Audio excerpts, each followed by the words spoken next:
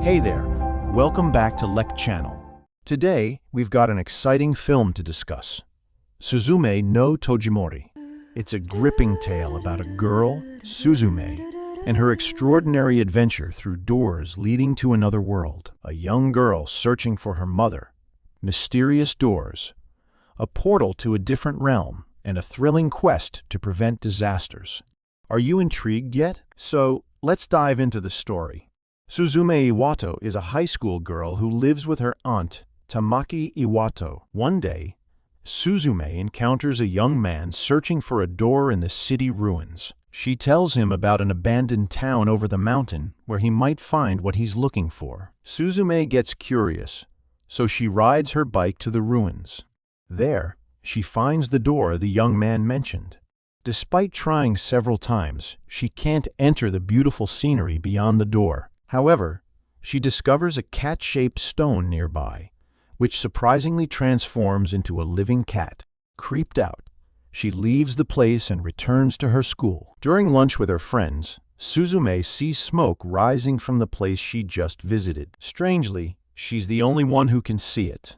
At the same time, her friends receive an earthquake warning alarm.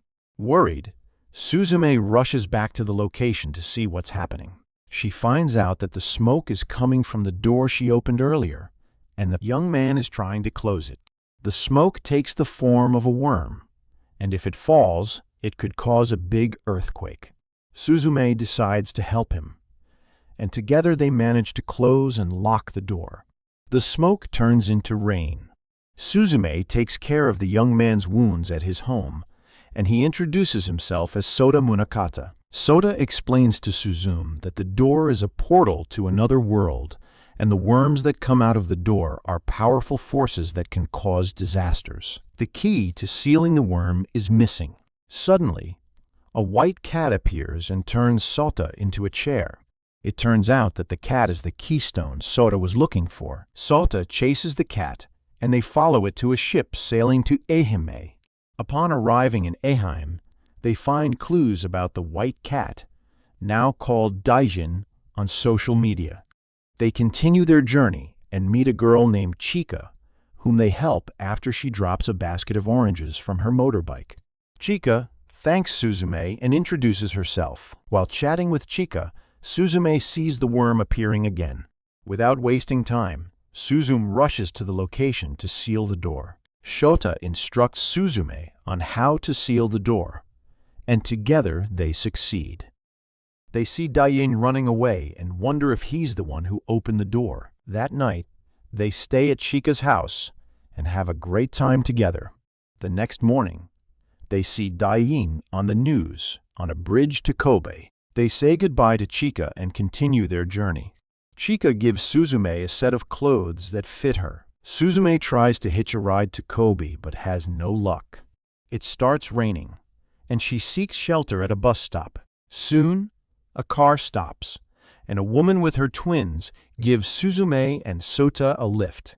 The woman asks Suzume for help looking after her twins as a token of gratitude. Besides looking after the twins, Suzume also helps at the woman's bar.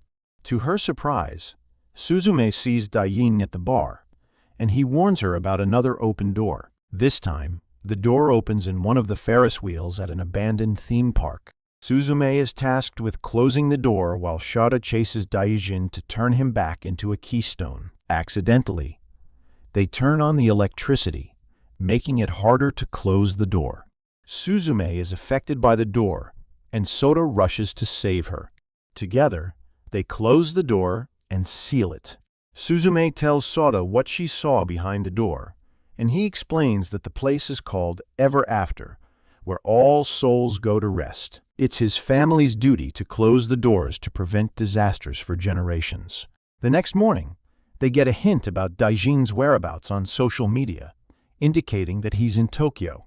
They stop by Sota's apartment in Tokyo. Suzume learns from Sota's book that sealing the worm completely requires 2 keystones. Suzume also finds out that Sota wanted to be a teacher but missed the teacher employment exam, feeling guilty that it was her fault to free the keystone. Suddenly, an earthquake warning alarm sounds, and Suzume sees that another door has been opened.